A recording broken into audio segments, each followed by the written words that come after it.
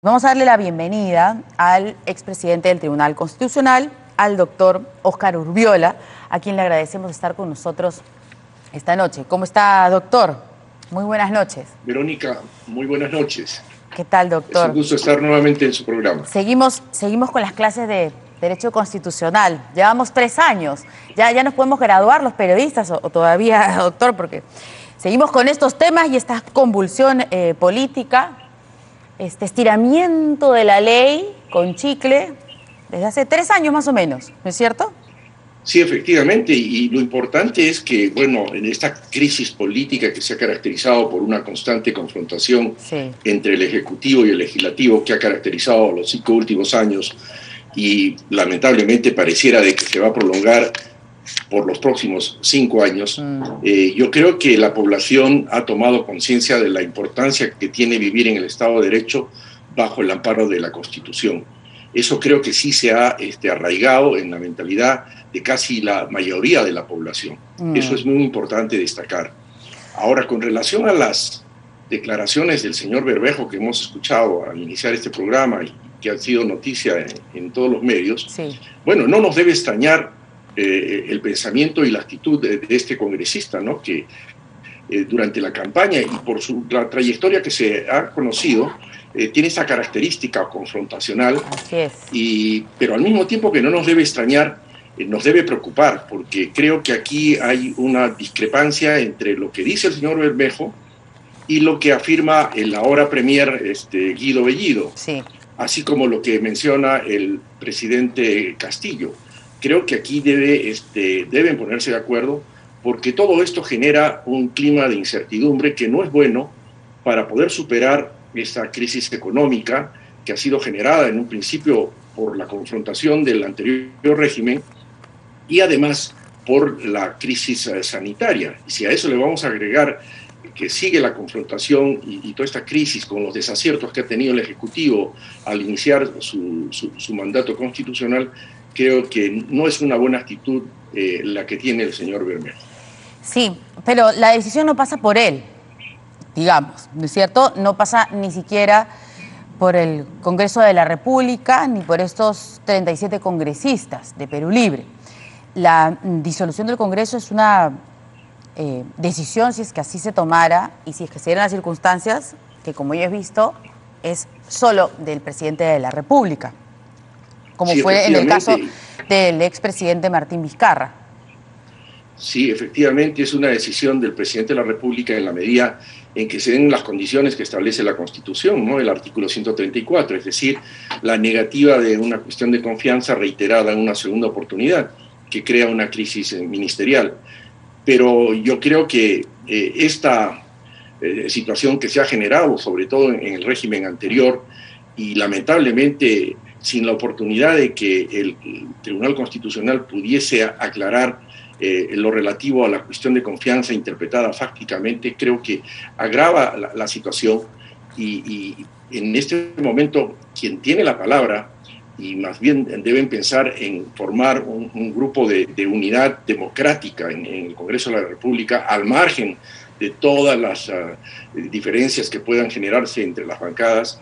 Creo que es hora de que en el Congreso se pueda dar una respuesta acorde a los intereses nacionales y dentro del sistema democrático. Es cierto de que estos actos... Existe, doctor, porque sinceramente a la fecha lo que parece es que el Ejecutivo ha logrado arrinconar al Congreso, más o menos utilizando la misma fórmula que hemos visto en los últimos años. Claro, con diferentes actores y diferentes motivaciones, pero lo que vemos es un gabinete encabezado por una persona que está siendo investigada por el Ministerio Público. Es cierto que de manera preliminar, pero está siendo investigada no por poca cosa, sino por apología al terrorismo. Ya de saque nomás, ¿no es cierto?, tener a una persona en la presidencia del Consejo de Ministros investigada por este motivo, algunos pueden no pensar que se trata de una... que esto ha sido hecho a propósito, ¿no? Que han puesto ahí este palito para que sea pisado por el Congreso y se niegue la confianza de ese primer gabinete. Y entonces no se ve una estrategia posible por parte del Parlamento. o le dan Pero la también es cierto, confianza a este gabinete encabezado por alguien investigado por apología al terrorismo, o van 1-0 y solamente hay 2-0 y nada más. Verónica, también hay que tener en cuenta que lo que usted acaba de mencionar en la decisión del señor Castillo de nominar como presidente del Consejo de Ministros a este señor Guido Bellido, y además a otros otras personas que no tienen no solamente la capacidad y la experiencia y la trayectoria para desempeñar altos cargos, creo que denota también una inconducta de parte del presidente de la República. Y yo puedo, casi sin temor a equivocarme, que eso podría ser interpretado como incapacidad moral permanente. Y por lo tanto también tienen que reflexionar sobre esa situación. Porque si bien es cierto que Guido Bellido hace apología al terrorismo, está investigado por esto, tiene una trayectoria totalmente incompatible con lo que es un sistema democrático, sí. ¿Quién es el responsable de esta nominación? Pedro Castillo.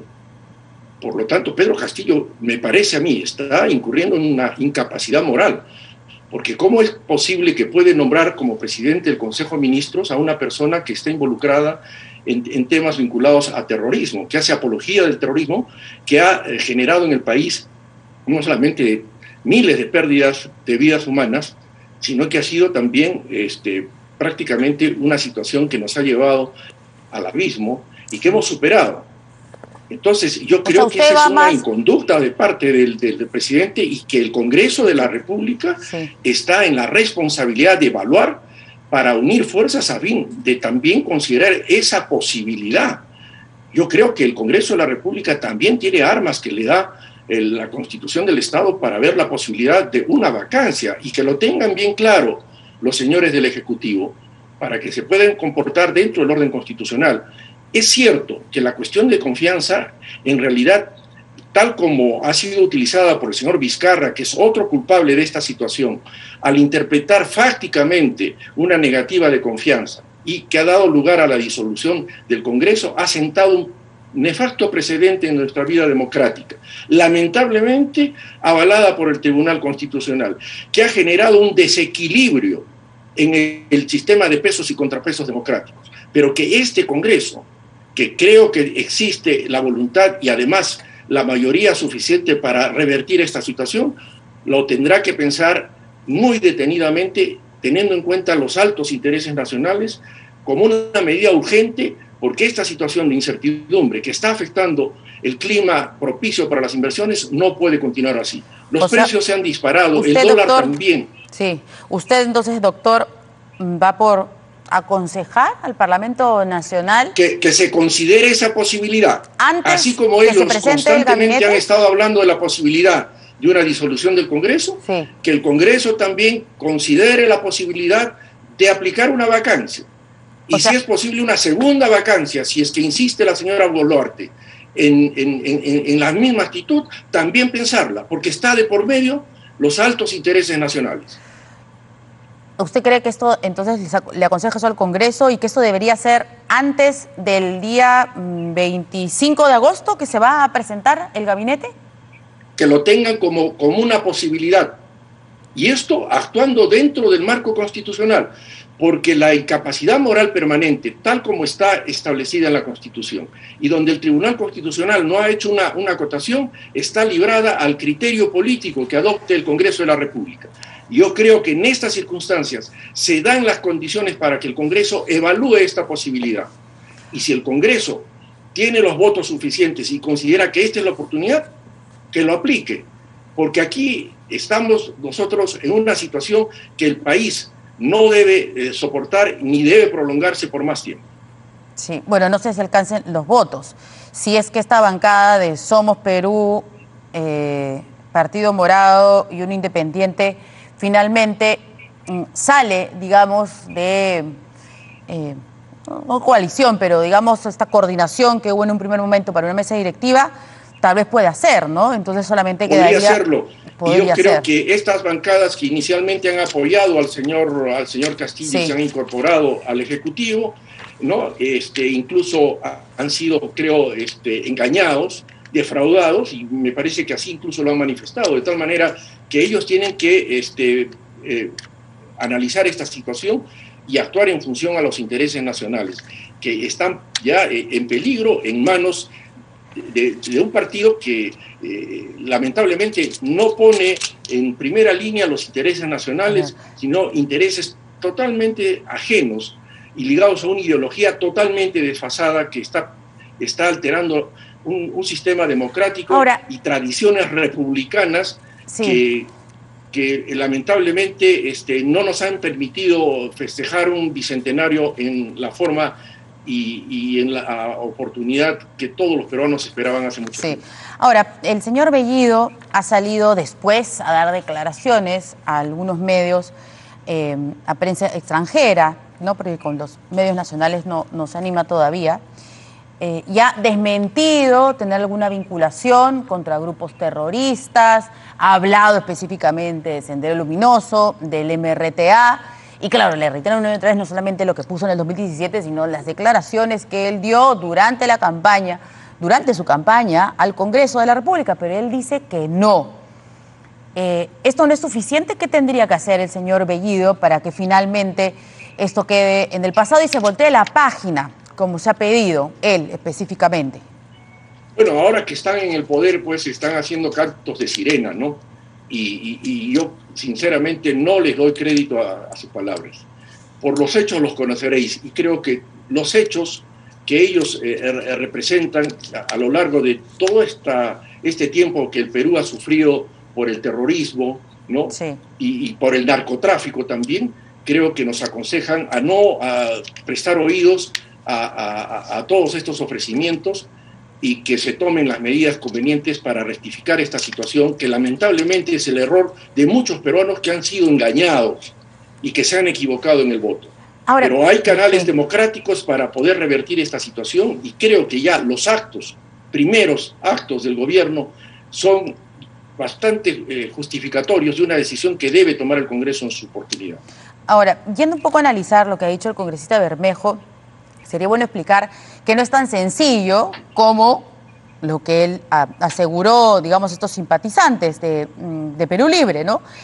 Han puesto un gabinete de Bellido y no les gusta el gabinete de Bellido. Bueno, les negarán la confianza, presentaremos otro, y si no les gusta ese, chau Congreso.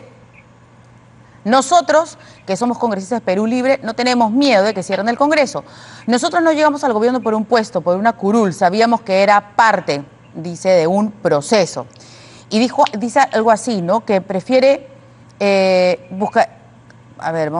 prefiero 1000 veces, dice, una asamblea constituyente. ¿Cómo pasa, o sea, en qué análisis pasa el señor Bellido de cerrar el Congreso, no convocar a las elecciones congresales, porque no es que cierre el Congreso y ya se acabó el Congreso para siempre, ¿no es cierto? Sino que se cierra el Congreso y lo que se tiene que hacer es convocar a elecciones para elegir a nuevos congresistas. Pero él aquí habla ya de frente a una asamblea constituyente. ¿Cómo sería eso? Bueno, a este señor Bermejo le han contado, y mal contado, y no ha leído evidentemente la Constitución, pero no hay la posibilidad de que se pueda reunir firmas para lograr convocar a un referéndum. Además, el señor Bermejo debe conocer que en su condición de congresista, con su sola firma, podría él presentar un proyecto de ley de reforma constitucional introduciendo la posibilidad de que se pueda convocar a una asamblea constituyente. El señor Bermejo no tiene que juntar firmas para una iniciativa de reforma constitucional, que eso es lo único que permite actualmente nuestro régimen constitucional. No hay, y eso se lo digo directamente al señor Bermejo, que lea la Constitución. Él no puede juntar firmas para convocar a un referéndum a fin de aprobar una asamblea constituyente. Todo esto tiene que pasar necesariamente por el Congreso de la República bajo las normas del artículo 206. Así de claro, que lea la Constitución este señor.